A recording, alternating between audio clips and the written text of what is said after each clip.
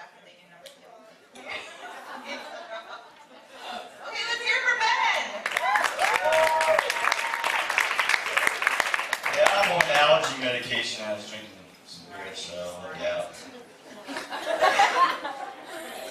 Okay, about 15 years ago, I lived in Center City, and I decided to take an acting class at Walnut Street Theater.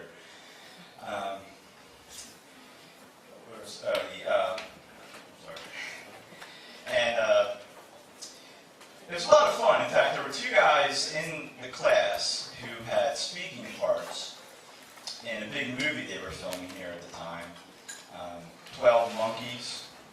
Anybody remember that one? Starring Bruce Willis and Brad Pitt. Those were the two guys that were in the acting class.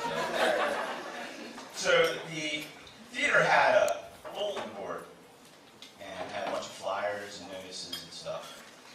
And one of them was for an acting master class being held at the Painted Bride Art Center down there, I think, on 3rd and Vine.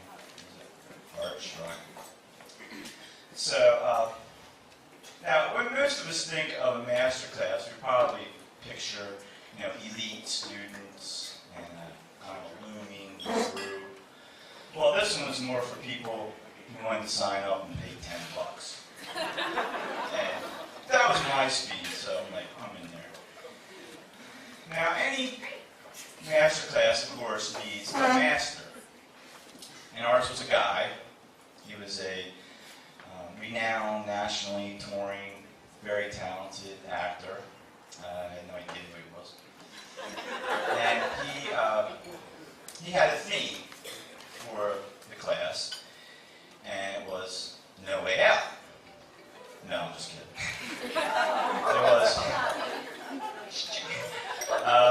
It was improvisation. The idea being that with improvisation, there's still usually some kind of structure that the improv takes off from.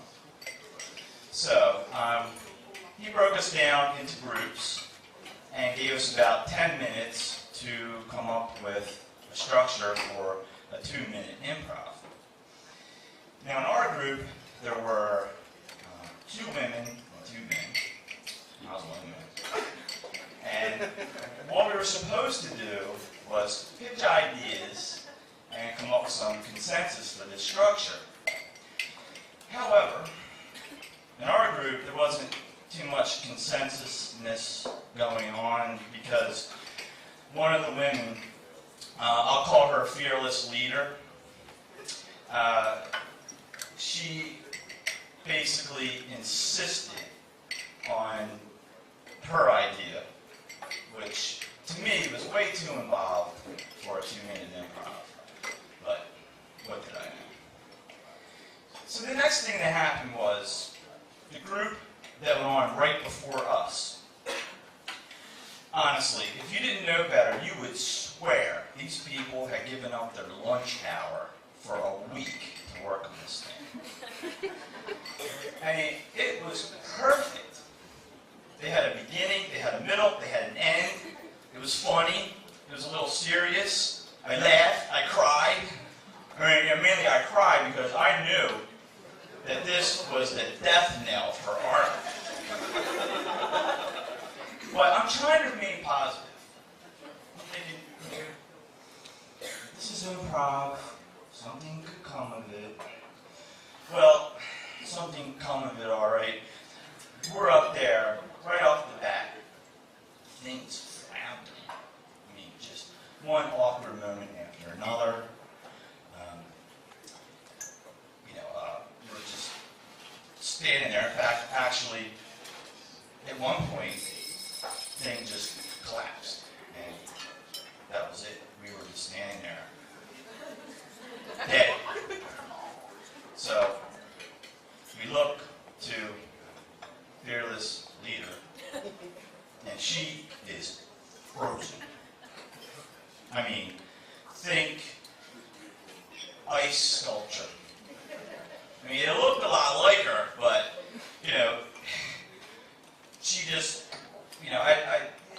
how to explain it? Well, anyway, the allergy medication kicking in here. What did she do?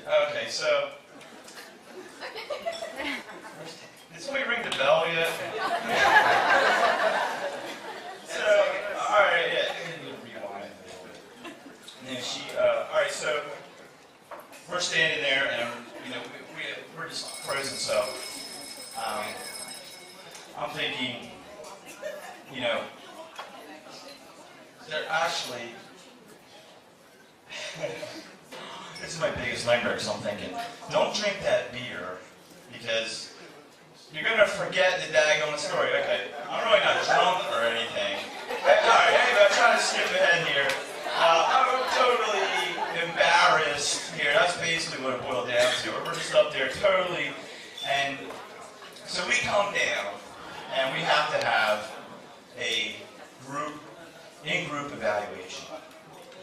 Okay, so, yes, I put a punchline on this because the thing is, after she froze, right, she turned and looked right at me. So, of course, all three of them now are looking at me. So this is my no way out moment because I really felt I had no way out of this. And so, I just did not know what to do. So, that, in fact, is literally what I said. I said, I don't know what to do. Which I guess really is not very good improv. So we come down, and then we had this in-group evaluation that I already talked about, and we're all sitting, four of us are sitting there, and fearless leader, of course, assumes the throne, and she says, so, I think ours went pretty well. And then she turns and looks at me and she says, but it's too bad you had to get stage fright. Okay. Well, as you can see,